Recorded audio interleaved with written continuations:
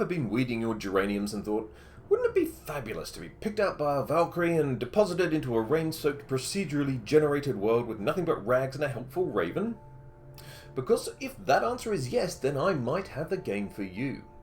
Hello, bosomed. Yes, it is I, the conspicuous moo, with a quick overview of one of the games that has certainly been storming the Steam charts recently. I speak of Valheim, of course. So, what's going on here then? Simply put, Valheim is a survival-style game where you need to defeat the major bosses of the world, known as the Forsaken, in order to ascend to Valhalla, where everything is candy floss and back rubs. Well, that's what I've heard at least. I'm 70 hours in and having a wonderful time, but efficient wouldn't be a hat that I would wear. You'll need to find the location of each Forsaken, defeat them, and then take all of their things. And if you accomplish this, you will acquire a new special ability, one per boss and only one active at a time, and the means to progress your existence onto the next of the Forsaken bosses. Unfortunately, these Forsaken fellas are no pushover. You will have to build up your bases, upgrade your weapons and armor, and if you so choose, join your friends to glorious victory. Now on that, Valheim can be played as a single player experience or with multiple players on the one server, to a maximum of 10. I went with the latter option, having had the game recommended to me by my Warcraft guildies, so naturally I joined up with them. This option isn't without its drawbacks though, but more on that later. So, first things first, get some food on you and punch some trees. You don't actually have to punch the trees, but you can just pick the branches off the floor, but it is oddly hilarious to me.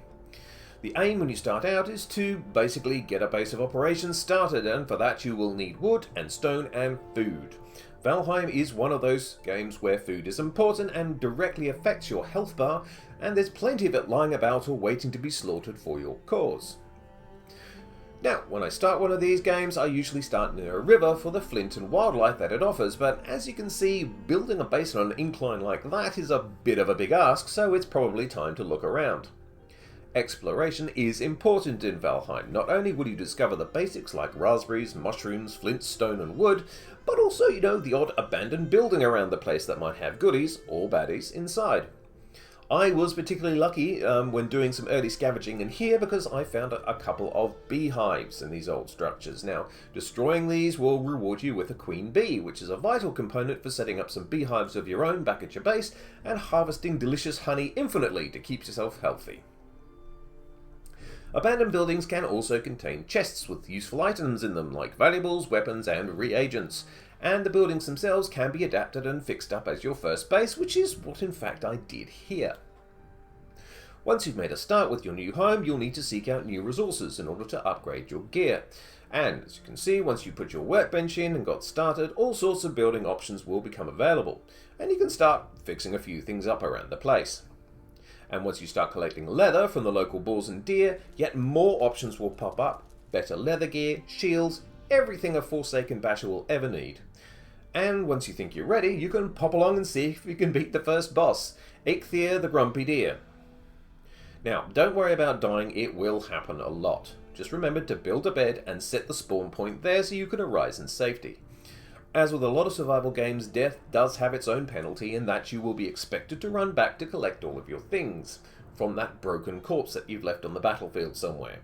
For this reason, I do strongly recommend that you have a body recovery set of armor and weapons handy in a nearby chest, just in case you've happened to have perished somewhere particularly dangerous. For example, I wandered far too close to the mountain biome and got one shot by a drake. They weren't really finished with me there. They decided they were going to hang around a bit and continue to one-shot me every time I ran back to my corpse.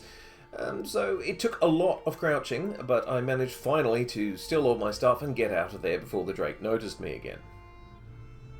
Now, as you progress and get stronger, you'll be able to survive in more challenging areas than the meadows, which is where you start out. But I wouldn't recommend the next level, the Black Forest, until you're decently kitted out and properly fed. Your multiple skills will increase by using them, so don't be afraid to crouch, jump and swing your axes at stuff. All of your actions will be limited by your stamina bar, so don't sprint into a fight only to find that you can't swing at your enemy once you get there. And when the game says you're cold, you know that it's nighttime. Now, being cold will slow down your stamina regeneration, and then dangerous things will come at you in the dark, and you have been duly warned. So there's a brief overview of the start of Valheim, at least. So what are the positives and negatives of the game, and who would it appeal to? Now, personally, I'm not a survival game enthusiast by any means, but I do love myself a base builder, as my many hours in Evil Genius and so many real-time strategy games will attest to. I don't think I'm alone in finding a lot of pleasure from just making a base and placing everything where I want it, doing multiple floors and all the other little bits and bobs. However, if you do get too grandiose in your design and go too high, do be prepared to prop it up with a decent frame, otherwise it will literally come crashing down on top of you. Now you start out with the basic wooden options, which are more than enough to keep you safe during nighttime, and the base attack events that will occur from time to time in the game. But you can improve to stone fortifications later as you defeat bosses and go to new biomes. So if you like collecting resources to build and upgrade, then this is a game that's definitely going to flick your switch. Some people have complained about the graphics of Valheim, but personally I really like the uncomplicated but beautifully lit nature of the world that you're in. I mean, yes, it's a little straightforward, but that doesn't detract from the gameplay, which is where the developers have put most of their time. And frankly, I would recommend other game designers to do the same thing. You know, the basic principle also applies to films. I mean, I think there's no doubting that Transformers is a very pretty film, but could you honestly say that it was good? And once you set out to sea, the waves do have a hypnotic quality, and getting caught in a storm is really pretty, if a little damp, and dangerous, and lethal. The gameplay of Valheim isn't complicated, but that isn't actually a bad thing. You know, if you want a lot of escapist fun hunting deer and building boats, kiting trolls, exploring burial chambers, looting chests, mining and smelting ore, making shiny armor sets, then Valheim has you covered. There are so many things that you can just go out and do, and the generated world is enormous. In later stages you can start to build portals to cut down the distances that you have to travel, but, you know, at the outset be prepared to run and sail around a lot, finding all of the things and making some new enemies. And yes, it's an absolute time sink. Now, there are drawbacks, of course. While the base building is great in itself, placing some of the items can get incredibly finicky and frustrating, as you can see here from this example. Some of the items you can build are expensive, but break surprisingly easy when attacked.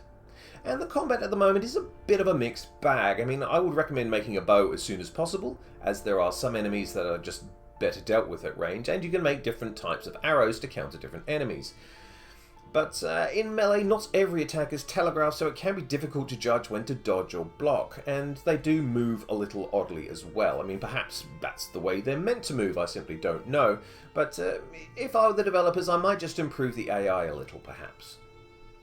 Now, the multiple player option is great, but it does need to be hosted by one person, and if they haven't fired up the server, then you won't be getting on.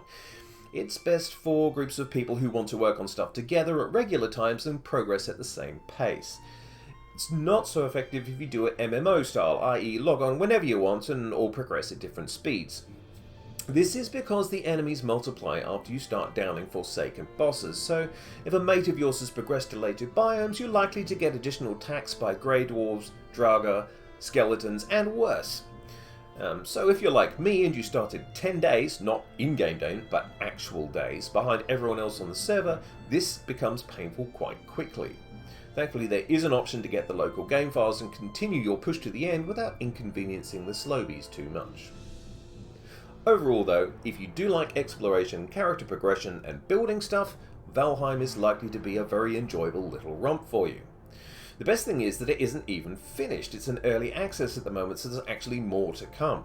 But I've already gotten my money's worth out of it. I mean, this game pushes a lot of my fun buttons, and I can see why it's become so popular so quickly.